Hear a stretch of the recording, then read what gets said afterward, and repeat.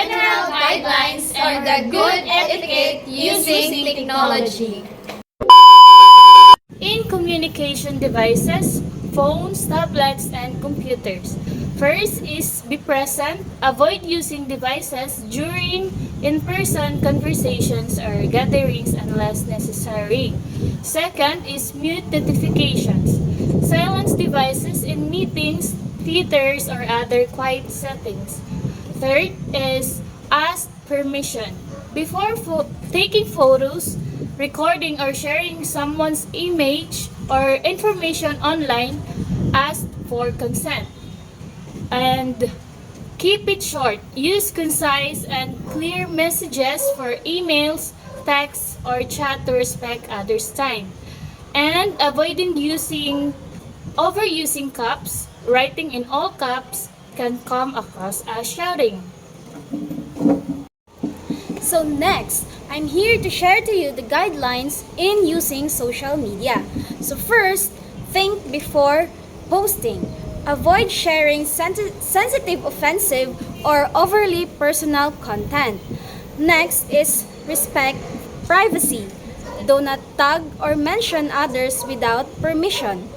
Third is engage positively. Avoid arguments or negative comments or focus on constructive discussions.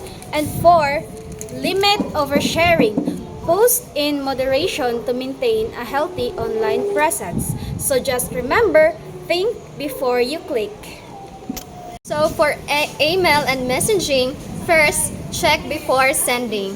Proofread for errors, clarity, and tone before hitting send. Next is reply promptly.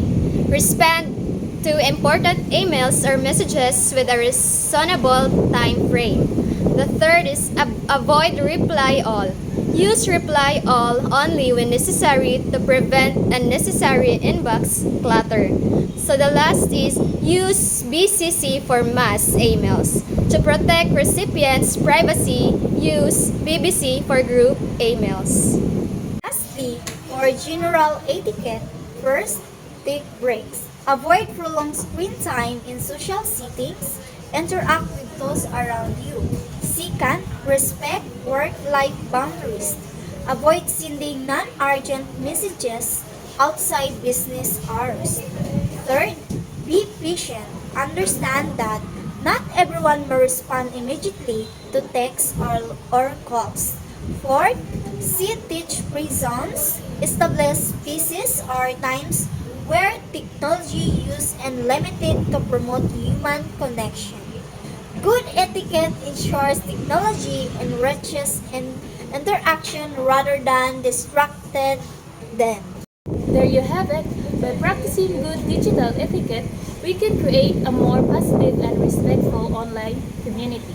Just remember, every click, every comment, and every post has an impact. Let's use technology responsibly and ethically.